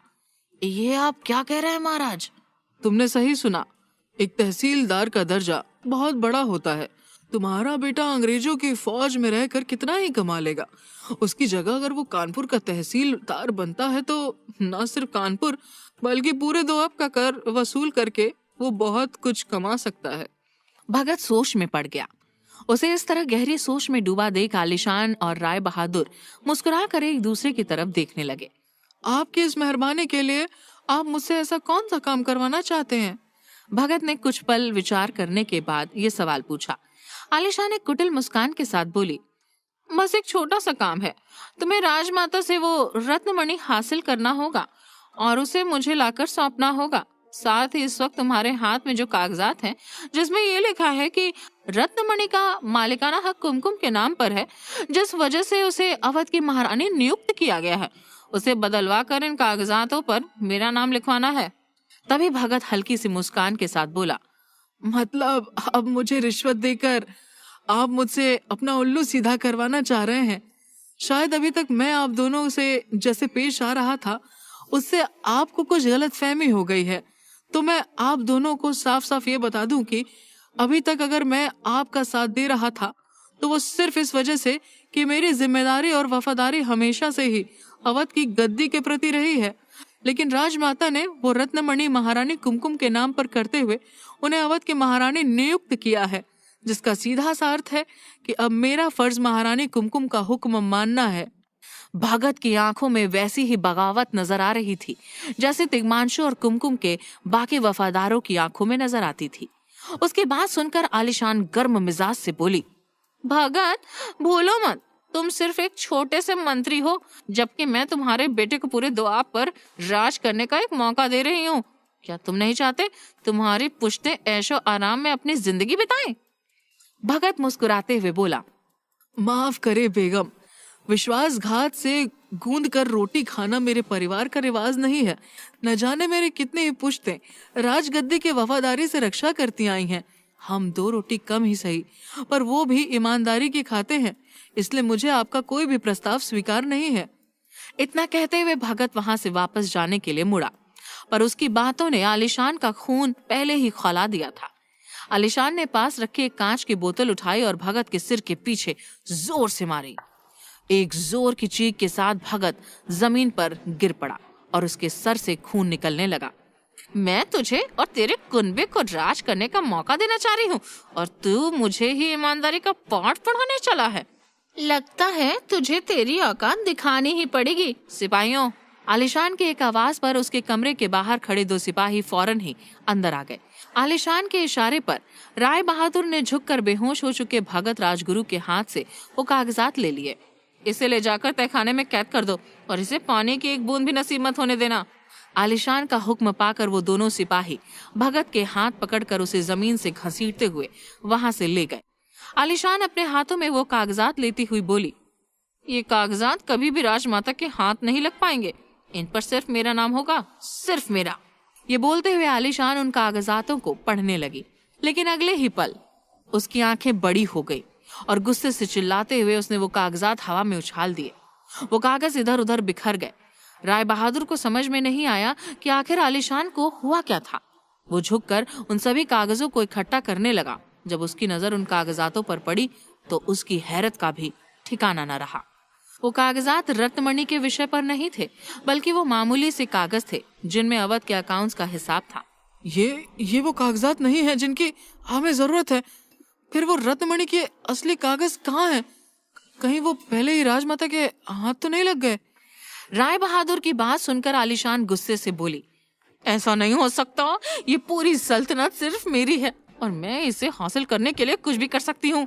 दूसरी ओर श्रृंगबेर कबीले के इलाके में खड़ा तिग्मांशु जमीन पर बेहोश पड़े सुधांशु को होश में लाने की कोशिश कर रहा था। भैया होश में आइए, अपनी आंखें खोलिए। देखिए भैया, मैं आपका भाई तिग्मांशु हूँ। सुधांशु की सेना वहीं से कुछ दूर श्रृंगबेर कबीले के लोगों के साथ लड़ाई कर रही थी। उन्हें नहीं पता था कि सुधांशु वहीं से कुछ दूर बेहोश पड़ा हुआ है। तिग्मांशु की लाख कोशिश करने के बावजूद भी सुधांशु होश में नहीं आ रहा था। क्या किया इशाक? क्या तुम ये नहीं जानते थे कि ये मेरे बड़े भाई हैं? तिग्मांशु ने गुस्से से इशाक से कहा। इशाक जो इतनी देर से शांत खड़ा था, वो तेज आवाज में तिग्मांशु से बोला, जज्बाती मत बनो तिग्मांशु, भूलो मत, आज तुम्हारी ये जो हालत है उसका जिम्मेदार सिर्फ तुम्हारा ये भाई है। मैं तो कहता हूँ यही सही वक्त है, इसे यही मार दो और इसकी बची हुई सांसों को बंद कर दो। ये सुनकर तिग्मांशु का पारा चढ़ गया। वो गुस्से से इशाक पर चिल्लाते हुए बोला, आखिर तुमने ये साबित कर ही दिया ना कि तुम एक मुगल हो। तुम लोगों में सत्ता हासिल करने के लिए भाई भाई का, बेटा बाप का खून करता होगा, पर मैं ऐसा नहीं हूँ। मेरा भाई जैसा भी है, पर है तो मेरा भाई ही। मैं इसकी जान नहीं ले सकता। ये सुनकर इशाक को भी गुस्सा आ गया। वो बोला, जुबान संभाल कर बात करो तिग्मांशु, कहीं ऐसा ना हो इस बात के लिए मैं तुम्हारे साथ कुछ गलत कर बैठूं। तिग्मांशु चिल्ला के बोला, तुम लोग कभी कुछ सही कर भी कहाँ सकते हो? अपने मतलब के लिए अपनों का खून बहाना तो तुम्हारे खून में ही है। तुम और वो आलीशान हमारे अवध के लिए एक श्राप हो, श्राप। इशाक के गुस्से का अब ठिकाना न रहा। उसने पास पड़ी एक तलवार उठाई और तिग्मांशु की ओर लपका, लेकिन तिग्मांशु ने भी वहां पड़ा एक भाला उठाया और खुद को बचाते हुए इशाक के वार का जवाब दिया। कुछ ही देर में उन दोनों में एक और युद्ध शुरू हो गया। दोनों की आंखों में खून उतर आया था और उन दोनों को देखकर ऐसा लग रहा था मानो जैसे आज वहां उन दोनों में से कोई एक ही जिंदा बचेगा। कुमकुम जो इधर उधर भागकर तिग्मांशु को ढूंढ रही थी, अचानक से वहां आ पहुंची। इशाक और तिग्मांशु को एक दूसरे से लड़ता देख उसके पैरों तले जमीन खिसक गई। वो उन दोनों की तरफ भागी। महाराज रुक जाइए, इशाक ये क्या कर रहे हो तुम? पर उन दोनों को मानो कुमकुम की आवाज जैसे सुनाई ही नहीं दी। वो दोनों एक दूसरे के खून के प्यासे जानवरों की तरह एक दूसरे से लड़ रहे थे। तभी अचानक कुमकुम को सांस लेने में दिक्कत होने लगी और वो चक्कर खाकर जमीन पर गिर पड़ी। महाराज! एक जोर की चीख के साथ कुमकुम जमीन पर गिरकर बेहोश हो गए। कुमकुम की चीख सुनते ही इशाक और तिग्मांशु के हाथ अपनी जगह पर रुक गए। जब उन दोनों की नजर कुमकुम पर पड़ी तो वो दोनों अपने अपने हथियार वही छोड़कर कुमकुम की ओर दौड़े। तिग्मांशु ने कुमकुम के पास बैठते हुए उसे अपनी गोद में उठाया। कुमकुम, कुमकुम, अपनी आंखें खोलो। पर कुमकुम की आंखें बंद ही रहीं। उसकी सांसें मानो उखड़ सी रही थी। उसे देखकर इशाक समझ गया कि दिल में छेद होने की वजह से कुमकुम को वापस से दौरा पड़ा था। तब इशाक को कुछ याद आया। उसने बहुत सारी सुरसरी बूटी इकट्ठा कर ली थी, पर वो सब एक पोटली में बंद थी जिसे वो कुछ दूर छोड़ आया था। जब वो तीनों श्रृंगबेर कबीले से भागने की कोशिश कर रहे थे, पर थोड़ी सी बूटी उसने अपनी कमर में बांधे एक कपड़े में बांध रखी थी। उसने जल्दी से अपनी कमर में बंधा कपड़ा खोला और उसमें से थोड़ी सी बूटी निकालकर कुमकुम के मुंह की तरफ अपना हाथ बढ़ाया। उसने कुमकुम का मुंह खोलकर वो बूटी उसकी जुबान के नीचे रख दी। कुछ ही पलों में कुमकुम की सांसें वापस से सामान्य हो गई और उसे होश आ गया। कुमकुम को वापस होश में आता देख तिग्मांशु का चेहरा खिल उठा। तभी कुमकुम नम आंखों से उन दोनों से बोली, शायद मेरी जिंदगी में सुख नहीं लिखा, तभी मैं अपने पति और अपने दोस्त को एक दूसरे की जान का दुश्मन बना देख रही हूँ। कुमकुम की बात सुनकर तिग्मांशु और इशाक दोनों एक दूसरे को देखने लगे। तभी इशाक तिग्मांशु से बोला, कुमकुम ठीक कह रही है तिग्मांशु। ये वक्त हमारे आपस में लड़ने का नहीं है, बल्कि एक दूसरे का साथ देने का है। हमारी सोच से भी कहीं ज्यादा बड़ी साजिश इस वक्त अवध के राजमहल में चल रही है। अगर हमें इस सल्तनत को बचाना है तो पहले एक दूसरे पर यकीन करना सीखना होगा। तिग्मांशु भी इशाक की बात से सहमत था, लेकिन तभी उसे अपने भाई की याद आई जो कुछ कदम दूर अभी भी बेहोश पड़ा था। वो सुधांशु की तरफ देखते हुए बोला, पर मैं अपने भाई को इस तरह मरते हुए नहीं देख सकता। वो जैसा भी है पर है तो मेरा खून ही। तिग्मांशु की बात सुनकर कुमकुम उसका हाथ थामते हुए बोली, आप फिक्र न करें, सुधांशु भाई साहब को कुछ नहीं होगा। इतना कहते हुए कुमकुम ने अपने चारों ओर नजर डाली, जहाँ एक पौधे पर जाकर उसकी नजर ठहर गई। कुछ देर बाद सुधांशु अपनी आंखें धीरे धीरे खोलते हुए बोला, मेरा सिर। पर अभी भी उसके सिर में जोर का दर्द हो रहा था। जब उसने अपनी आंखें खोली तो उसे सामने खड़ी एक धुंधली सी आकृति नजर आई। सुधांशु को समझ में नहीं आ रहा था कि उसके पास कौन खड़ा था। जब उसने अपनी आंखें मलते हुए देखा तो सामने सुखदेव खड़ा था। सुधांशु को होश में आता देख सुखदेव तेजी से उसकी ओर बढ़ा और उसे सहारा देते हुए चापलूसी भरे अंदाज में बोला, शुक्र है भगवान का कि आप जिंदा हैं महाराज। सुधांशु को अभी भी अपने सिर में हल्का हल्का दर्द महसूस हो रहा था। जब उसने अपना हाथ अपने सिर के पीछे लगाया तो उसे वहां कुछ गीला गीला महसूस हुआ, पर वो खून नहीं था। जब उसने अपना हाथ देखा तो उसे अपनी हथेली पर हरे रंग का कोई लेप महसूस हुआ। ये क्या है? और तिग्मांशु कहाँ गया? मौके का फायदा उठाते हुए सुखदेव ने सुधांशु से झूठ बोला, महाराज जब मैं यहाँ आया तब मैंने देखा वो तिग्मांशु आपके सिर पर पत्थर से वार कर रहा था। इससे पहले मैं उस तक पहुँच पाता वो यहाँ से भाग गया। आपकी हालत बहुत खराब थी और आपके सिर से खून बंद होने का नाम ही नहीं ले रहा था, इसलिए मैंने अपने ज्ञान से आपके सिर पर एक औषधि लगाई है जिसकी वजह से आपकी जान बच पाई। सुखदेव की बात सुनकर सुधांशु का खून खौल उठा। वो गुस्से से चीखा, तिग्मांशु तूने मुझे धोखा दिया है। आज तक मैं तुझे माफ करता रहा, लेकिन आज के बाद जिस दिन भी तू मेरे हाथ लगा वो दिन तेरी जिंदगी का आखिरी दिन होगा। क्या सुखदेव के झूठ ने सुधांशु के दिल में अपने भाई के लिए बचे हुए जज्बातों को भी खत्म कर दिया था? क्या आलीशान रत्नमणि के कागजात हासिल कर पाएगी? आखिर असली कागजात किसके पास थे? जानने के लिए सुनते रहिए रॉकिंग महारानी, सिर्फ पॉकेट एफएम ऐप पर। राय सिंह बहादुर अपने दरबार में अकेले बैठे हुए आगे की रणनीति के बारे में सोच रहे थे। तभी आलीशान उनके पास आते हुए अपनी आदत के हिसाब से बोली, आप यहाँ हाथ में हाथ रखकर ही बैठे रहना और वहाँ हमारी पूरी सल्तनत उस कुमकुम के नाम हो जाएगी। राय सिंह ने गहरी सांस लेते हुए कहा, तुम परेशान मत हो बेगम, मैं कोई न कोई रास्ता जरूर निकाल लूंगा। कौन सा रास्ता निकालेंगे आप? हमारे पास अब सिर्फ एक ही रास्ता बाकी रह गया है, राजमाता का कत्ल करके उस रत्नमणि को हासिल करने का रास्ता। ये सुनकर राय बहादुर हैरान होते हुए बोला, हम पहले भी राजमाता का खून करने की कोशिश कर चुके हैं, पर हर बार हमें असफलता ही हाथ लगी। आलीशान अंगार भरी आंखों से बोली, हर बार हमने राजमाता को हलाल करने की कोशिश की है, लेकिन इस बार उनकी मौत झटके से करनी होगी और ये काम मैं खुद अपने हाथों से करूंगी। राय बहादुर घबराते हुए बोला, लेकिन बेगम क्या ऐसा करना ठीक रहेगा? सबको पता चल गया कि सत्ता की लालच में हमने ही राजमाता को मारा है। किसी को पता चलता है तो चलने दो, मुझे कोई फर्क नहीं पड़ता, पर अब मैं और इंतजार नहीं कर सकती। वैसे भी राजमाता को महफूज रखने के लिए इस राजमहल में कोई नहीं है। वो तिग्मांशु अभी तक मर चुका होगा, और रही बात उस कुमकुम की, तो उसे भी मेरा भतीजा कहीं लेकर भाग गया है। पहले मुझे लगा था इशाक ने दरबार में नित्या का पर्दाफाश करके हमें परेशानी में डाल दिया है, पर कुमकुम को लेकर यहाँ से भागने पर उसने एक तरीके से हमारी बहुत बड़ी मदद की है। मैं इस मौके को हाथ से नहीं जाने दे सकती। आलीशान की ये बात सुनकर राय सिंह बहादुर बोला, बेगम मैं एक बार फिर से कहूंगा कि तुम्हें जो भी करना है सोच समझ कर करना।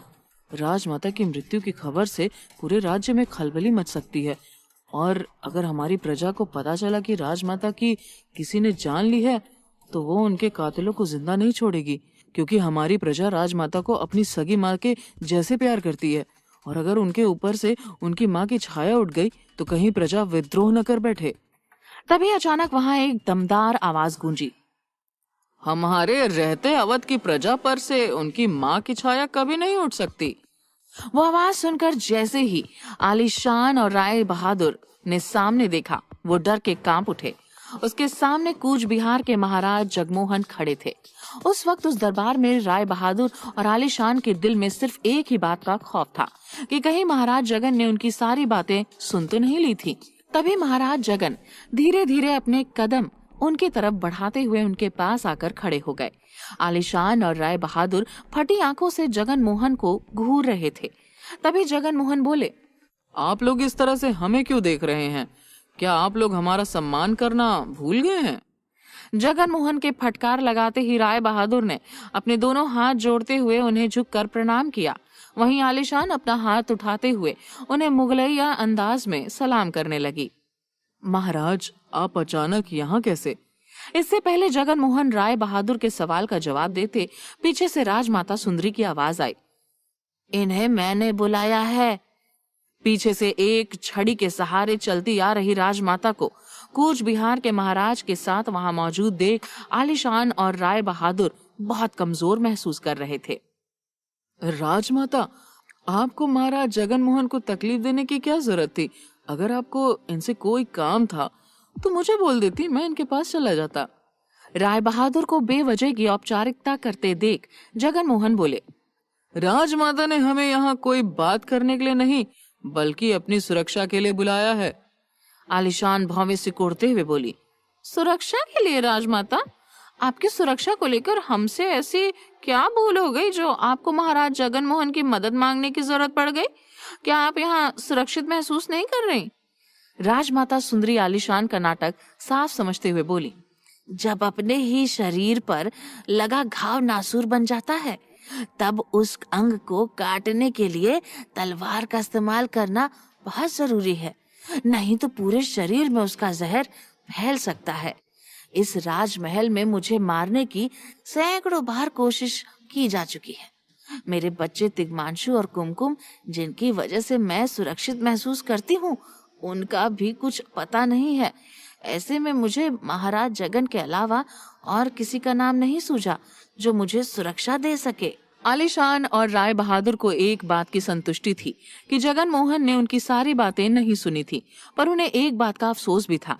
थोड़ी देर पहले वो जो राजमाता को मारने का प्लान बना रहे थे, वो महाराज जगन मोहन के आने से पूरी तरह से बर्बाद हो चुका था और अब उन्हें अवध की सत्ता अपने हाथ से फिसलती हुई नजर आ रही थी। आलीशान बेचैन होती हुई राजमाता से बोली, आपका इस तरह से हम पर इल्जाम लगाना ठीक बात नहीं है राजमाता। कहीं आप महाराज जगन मोहन के सामने ये तो नहीं कहना चाहती कि हमने आपको मारने की कोशिश की है? राजमाता हल्की सी मुस्कान के साथ बोली, ये मैं नहीं बल्कि तुम कह रही हो। आलीशान चिढ़ते हुए बोली, राजमाता, मैंने जिंदगी भर आपकी और आपकी सल्तनत की रखवाली की है और आज जब आपको मेरा साथ देना चाहिए तो आप मुझ पर ऐसा इल्जाम लगा रही हैं। और तो और इतने साल यहाँ की राजनीति संभालने के बाद आप मेरी जगह उस कुमकुम को सल्तनत की बागडोर संभालने को दे रही हैं। ये मेरे साथ नाइंसाफी है।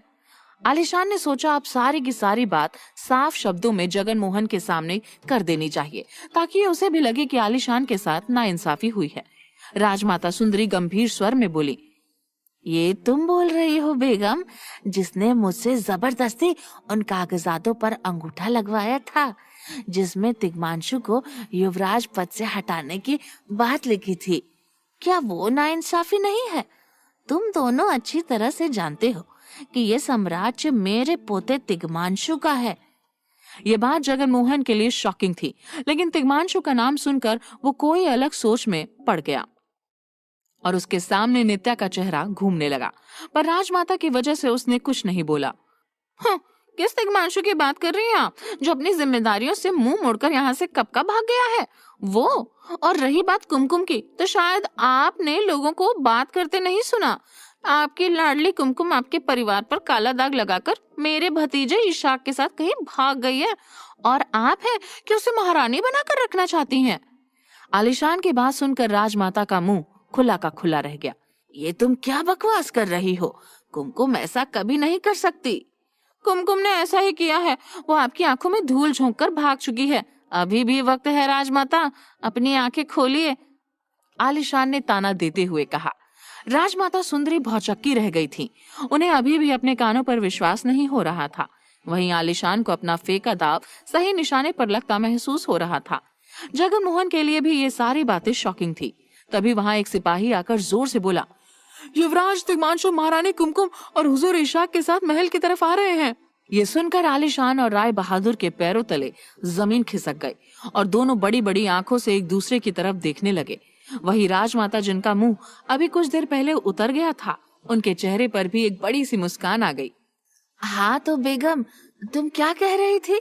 मेरे दोनों बच्चे मुझे और अपनी प्रजा को कभी भी अकेला छोड़कर नहीं भाग सकते। तभी कुछ देर में तिग्मांशु कुमकुम और इशाक के साथ दरबार में दाखिल हुआ। तिग्मांशु और कुमकुम को एक साथ वहां देखकर राजमाता सुंदरी की आंखों में एक चमक जाग उठी, पर आलिशान और राय बहादुर को तो मानो जैसे किसी जहरीले सांप ने काट लिया था।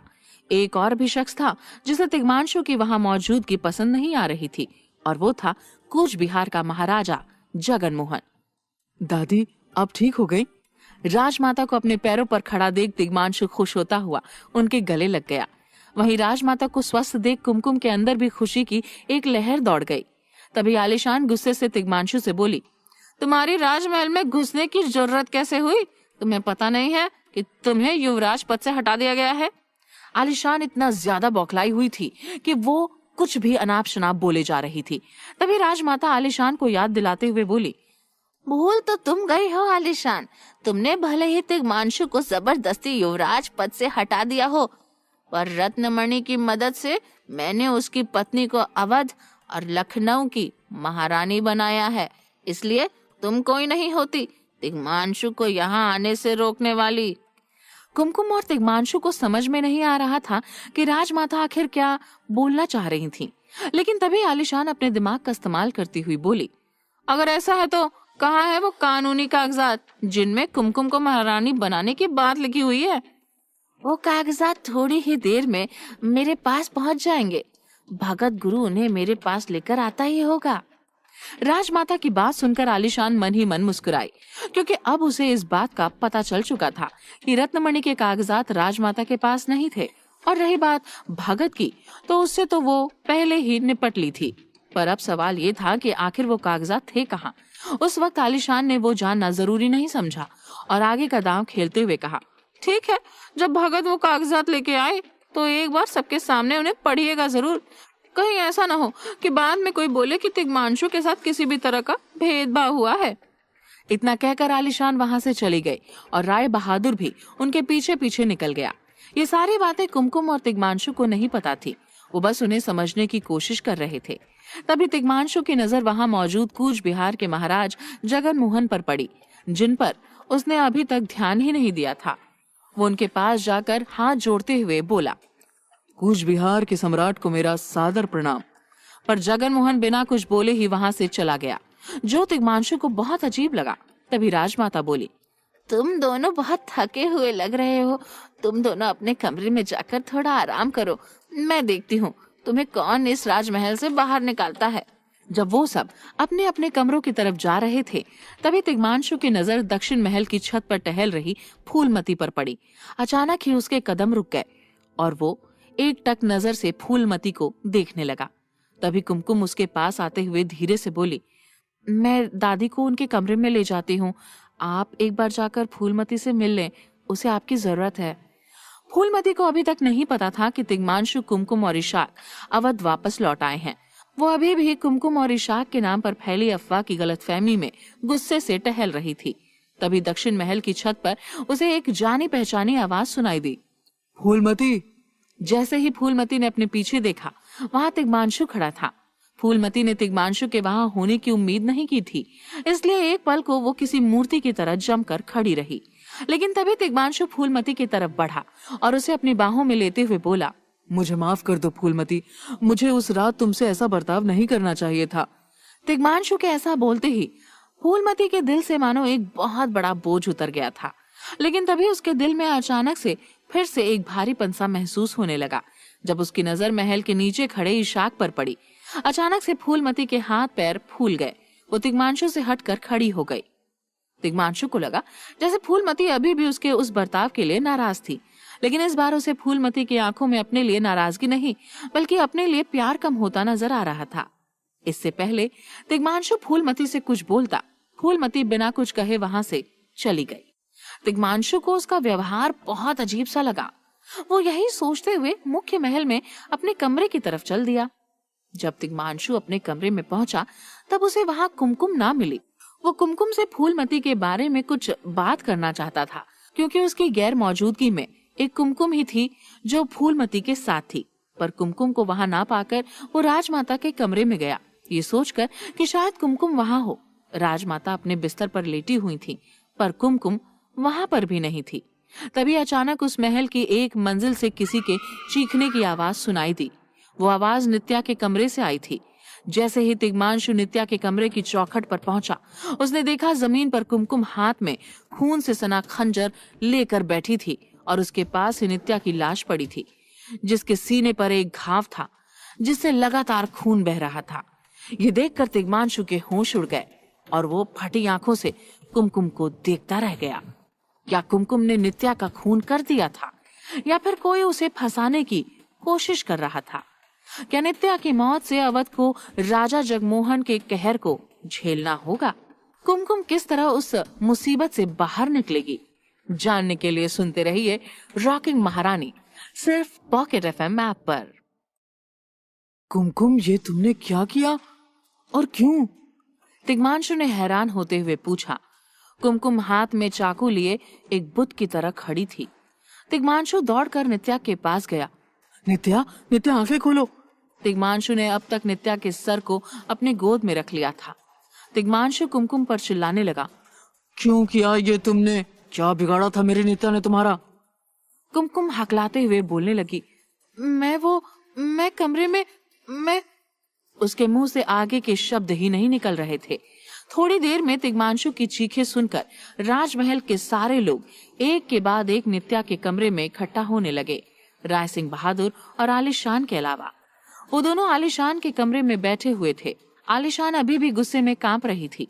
वो राय सिंह से कह रही थी, मैंने एक नौकर को रिश्वत देकर भगत का घर और दफ्तर छान मारने को भेज दिया है, पर रत्नमणि के कागजात वहां नहीं होंगे तो कहीं ऐसा तो नहीं कि राजमाता हमसे झूठ बोल रही है? इससे पहले राय सिंह बहादुर उसकी बात का कोई जवाब दे, एक नौकर हांफते हुए उनके कमरे में आया। महाराज, महाराज कहते हुए वो रुक गया। बको, आलिशान भड़कते हुए बोली। नौकर बोला, कूच बिहार की महारानी नित्या का अपने कमरे में खून हो गया है। क्या? कौन ऐसी जुर्रत कर सकता है? राय सिंह बहादुर ने घबराते हुए पूछा और वो लोग नित्या के कमरे की ओर भागे। रास्ते में उन दोनों को एक ही चिंता थी। अब सियासत तो छोड़ो, कूच बिहार का महाराज जगमोहन उनको जिंदा चबा जाएगा, क्योंकि उनकी छत्र छाया के नीचे किसी ने नित्या की हत्या कर दी थी। लेकिन जब वो दोनों नित्या के कमरे में पहुंचे तब वहां का नजारा देख उनकी जान में जान आई। कुमकुम जोर जोर से रो रही थी। उसके हाथ से चाकू नीचे गिर गया था, पर नित्या का खून अभी भी उसके हाथ में लगा हुआ था। मैं नहीं जानती, मैंने कुछ, कहते हुए कुमकुम बेहद कांप रही थी। आलिशान और राय सिंह बहादुर को वो सीन देखकर सुखद आश्चर्य मिला। क्या नित्या का खून कुमकुम ने किया था? ये तो कुदरत ने ही कुमकुम को उनके रास्ते से हटा दिया। जब अवध की जनता को पता चलेगा कि उनकी सती सावित्री महारानी कुमकुम एक खूनी है, तो वो लोग उसे महारानी के तौर पर कभी स्वीकार नहीं करेंगे। फिर रत्नमणि क्या, खुद भगवान भी आके कुमकुम को महारानी बोले तो भी राय सिंह और आलिशान को कोई उनकी गद्दी से नहीं हटा सकता। दोनों एक दूसरे को देखकर थोड़ा मुस्कुराए, लेकिन अब भी उन्हें एक चिंता थी, कूच बिहार के महाराज की। अब तक नित्या को बिस्तर पर लिटाया गया था। आलिशान ने दरवाजे से देखा कि जगमोहन जल्दी जल्दी चलते हुए नित्या के कमरे की ओर आ रहा था। उसे समझ आ गया कि अब उसे क्या करना है। जैसे ही जगमोहन पास आया, अचानक ही आलिशान कुमकुम के पास गई और उसे एक करारा चांटा जड़ दिया। ये जगमोहन ने देख लिया। आलिशान ने मगरमच्छ के आंसू बहाते हुए चिल्लाई, खूनी, अरे उस बेचारी नित्या ने तुम्हारा क्या बिगाड़ा था कि उसके पेट में चाकू घोंप दिया? राय बहादुर सिंह एकदम ही गंभीर शक्ल बना के खड़ा था, लेकिन तिरछी नजर से जगमोहन का रिएक्शन देख रहा था। जगमोहन पहले तो कुमकुम को आंखें फाड़ कर देखने लगा। उसे यकीन ही नहीं हो रहा था कि उसके सामने क्या चल रहा था। तभी तिग्मांशु ने नित्या के चेहरे को प्यार से सहलाते हुए बोला, नित्या, मेरी दोस्त, उठो, तुम ऐसे हमें अचानक छोड़कर नहीं जा सकती। अचानक ही जगमोहन ने दांत फिसलते हुए तिग्मांशु को कंधों से उठाया और दरवाजे के बाहर धक्का दिया। मेरी बीवी जिंदा थी, तब उसके साथ रातें बिता के तुझे शांति नहीं हुई कि अब मरने के बाद उसे अपनी गोद में लिए बैठा है? ये सुनकर वहां खड़े सब दंग रह गए। तिग्मांशु भी इतना शौक में था कि ठीक से जवाब भी नहीं दे पाया। आप क्या बोल रहे हैं? दुखते हुए दिल के साथ तिग्मांशु बड़बड़ाया, लेकिन किसी ने नहीं सुना। कुछ पलों में इतनी सारी घटना हो चुकी थी कि सबके दिमाग काम करने बंद हो गए थे, खासकर कुमकुम और तिग्मांशु के। सिपाही, इस खूनी को काल कोठरी में बंद कर दो, जा नमक हराम। कहते हुए भौचक्की खड़ी कुमकुम को आलिशान ने जोर से धक्का दिया। सिपाही ने उसे पकड़ लिया और वहां से उसे लेकर गया। राजमाता ने वो बात जब अपने कमरे में सुनी तो उनका दिल भी कांप उठा। वो बोली, ये हरगिज नहीं हो सकता, मेरी कुमकुम नित्या का खून कभी नहीं कर सकती। सामने राय सिंह बहादुर खड़ा था। उसी ने राजमाता को आके वो खबर दी थी। किस ओर है नित्या का कमरा? कहते हुए राजमाता उठकर वहां जाने गए तो अचानक ही उसका रास्ता राय सिंह बहादुर ने रोका। पहले रत्नमणि मुझे सौंपो, वो बोला। उसे डर था कि भले ही कुमकुम खूनी थी, लेकिन राजमाता रत्नमणि का इस्तेमाल करके पूरे खेल को घुमा न दे। राजमाता कुछ भी कर सकती थी। राजमाता की आंखों में गुस्सा झलका। वो कभी नहीं मिलेगा। कहते हुए राजमाता गुस्से में जाने लगी तो अचानक ही राय सिंह बहादुर ने राजमाता के कमजोर हाथ पकड़े और जबरदस्ती बिस्तर पर बिठाया। तो आप इस कमरे से कभी बाहर नहीं जाएंगी। कहते हुए अचानक ही उसने अपने जेब से एक मोटी रस्सी निकाली और बिस्तर से राजमाता को बांधने लगा। राजमाता कांप उठी। ये क्या कर रहा है? अपनी माँ को बांध रहा है? छोड़। राजमाता का दिमाग तेज था, लेकिन उसके शरीर में अभी भी कमजोरी थी। कुछ ही पलों में राय सिंह बहादुर ने राजमाता को उसके बिस्तर से बांध दिया। माँ, अब मुझे बता कि रत्नमणि कहाँ है, वरना मैं आदेश दे दूंगा कि कोई तुम्हें पानी भी न पूछे, इसी बिस्तर पर सड़ के मरेगी। राय सिंह बोला, जिस बेटे को राजमाता ने अपने कोख में 9 महीने पाला, वो ऐसा हैवान कैसे हो सकता था? राजमाता की आंखों में गुस्से के आंसू आ गए। तेरे लिए सियासत से बढ़कर सच में कुछ नहीं है ना? राय सिंह बहादुर गुस्से में अपनी माँ को देखता रहा। राजमाता भी जिद्दी थी। वो बोली, हिम्मत है तो मार डाल अपनी माँ को, लेकिन वो रत्नमणि कहाँ है और किसके पास, वो मैं कभी नहीं बताऊंगी। और हाँ, मेरे अलावा किसी को पता नहीं है, इसीलिए मैं मरी तो मेरे साथ उसका राज भी मरेगा। फिर तू और तेरी नालायक बीवी रास्ते पर आ जाओगे। राय सिंह बहादुर को इतना गुस्सा आया कि वो सच में राजमाता को मार डालता, लेकिन अभी तो उसे कूच बिहार के महाराज को भी संभालना था। तुम मर बुढ़ी। कहते हुए राय सिंह बहादुर राजमाता के कमरे का दरवाजा बाहर से बंद करके चला गया। राजमाता को कोई खाना पीना नहीं देगा, वरना देने वाले का सर कलम कर दूंगा। कमरे के बाहर खड़े सैनिकों से ये कहते हुए वो वहां से गुस्से में आलिशान के पास चला गया। अवध के राजमहल में पीछे की ओर एक बड़ा कारागृह था। वहां कुछ खूंखार खूनियों को काले पानी की सजा भी दी जाती थी। कारागृह के बीचों बीच तेल निकालने का साधन पड़ा था, लेकिन कोल्हू के बैल तो वहां बंद कैदी ही बनते थे। उस कारागृह में सिर्फ कैदी ही नहीं, बल्कि वहां के एक हिस्से में पागल कुत्ते भी थे। अगर कोई कैदी भागने की कोशिश करता था तो उसके पीछे पागल कुत्तों को छोड़ दिया जाता था। उन पागल कुत्तों के बगल वाली कोठरी में कुमकुम को लाया गया। जा। कहते हुए वो सिपाही ने काफी बदतमीजी से कुमकुम को उस अंधेरे गंदे कमरे में फेंका। आह! कहते हुए कुमकुम पास वाली दीवार को टकराई।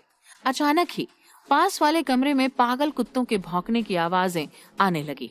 सिपाही रुका और अचानक बोल उठा, ए खूनी, इधर आ।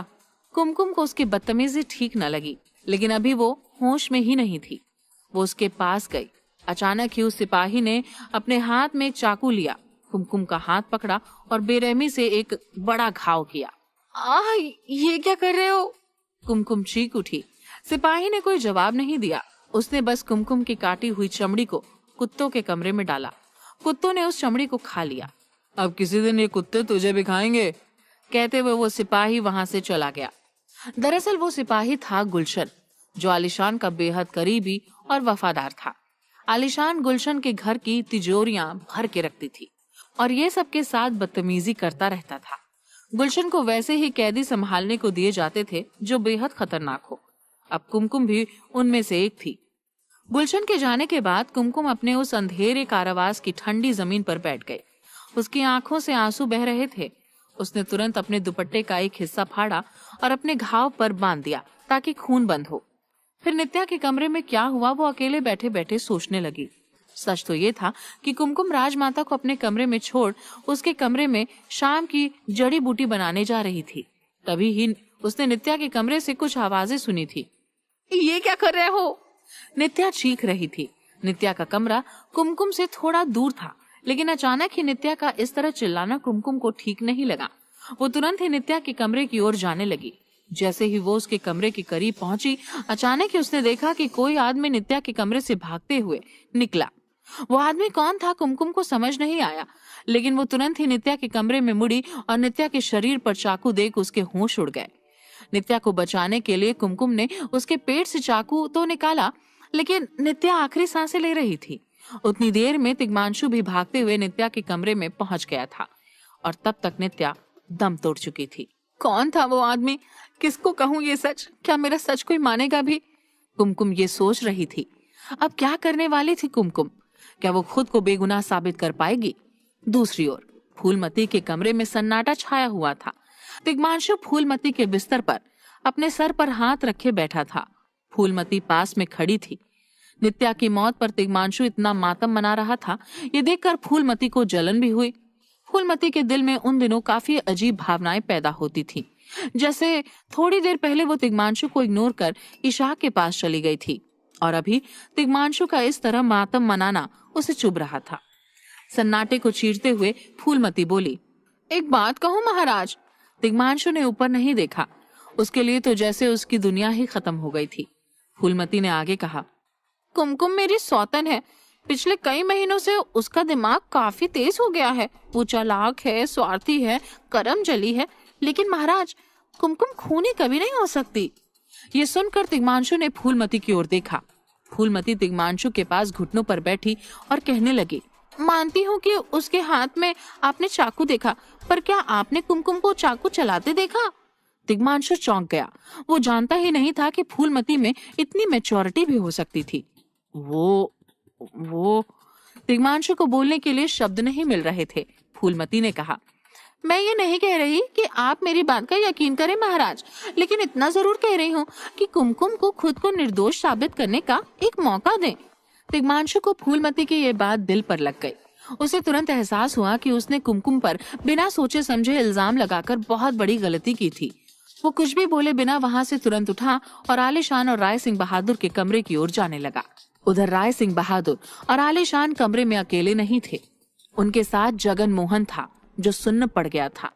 आलीशान उसे दिलासा दे रही थी कि वो कुछ ही दिनों में उस कुमकुम को सजाए मौत दे देगी, क्योंकि महारानी नित्या सिर्फ कूच बिहार की महारानी ही नहीं थी, बल्कि मेरी बहुत ही अच्छी दोस्त भी थी।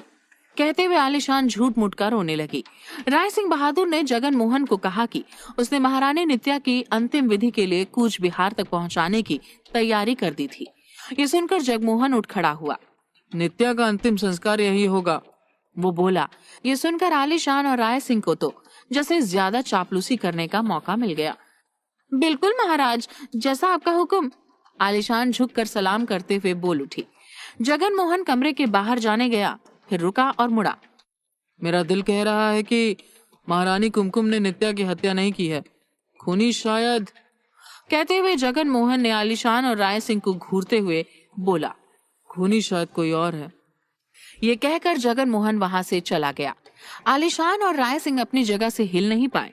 राय सिंह बोला, क्या जगन मोहन को हम पर शक है? आलीशान सोचने लगी कि उन्होंने लाख कांड किए हैं, लेकिन जो कांड उन्होंने नहीं किया उसका शक उन पर क्यों? वो घबराने लगी। शांत शांत, हम तक बात पहुंचेगी ही नहीं। राय सिंह बहादुर बोला, आप क्या करेंगे? नित्या को जिंदा करके पूछेंगे कि किसने उसकी हत्या की थी? आलीशान ने भड़क के पूछा। कल सुबह तक कुमकुम खुद अपना जुर्म कबूल करेगी, वो भी पूरे अवध के सामने। राय सिंह बहादुर ने पूरे आत्मविश्वास के साथ कहा। आलीशान ने अपने पालतू पति की आंखों में पहली बार मर्दानगी देखी और वो इम्प्रेस हो गई। लेकिन क्या करने का सोच रहा था राय सिंह? क्या कुमकुम सच में वो जुर्म कबूल करेगी जो उसने किया ही नहीं? जानने के लिए सुनते रहिए रॉकिंग महारानी, सिर्फ पॉकेट FM ऐप पर।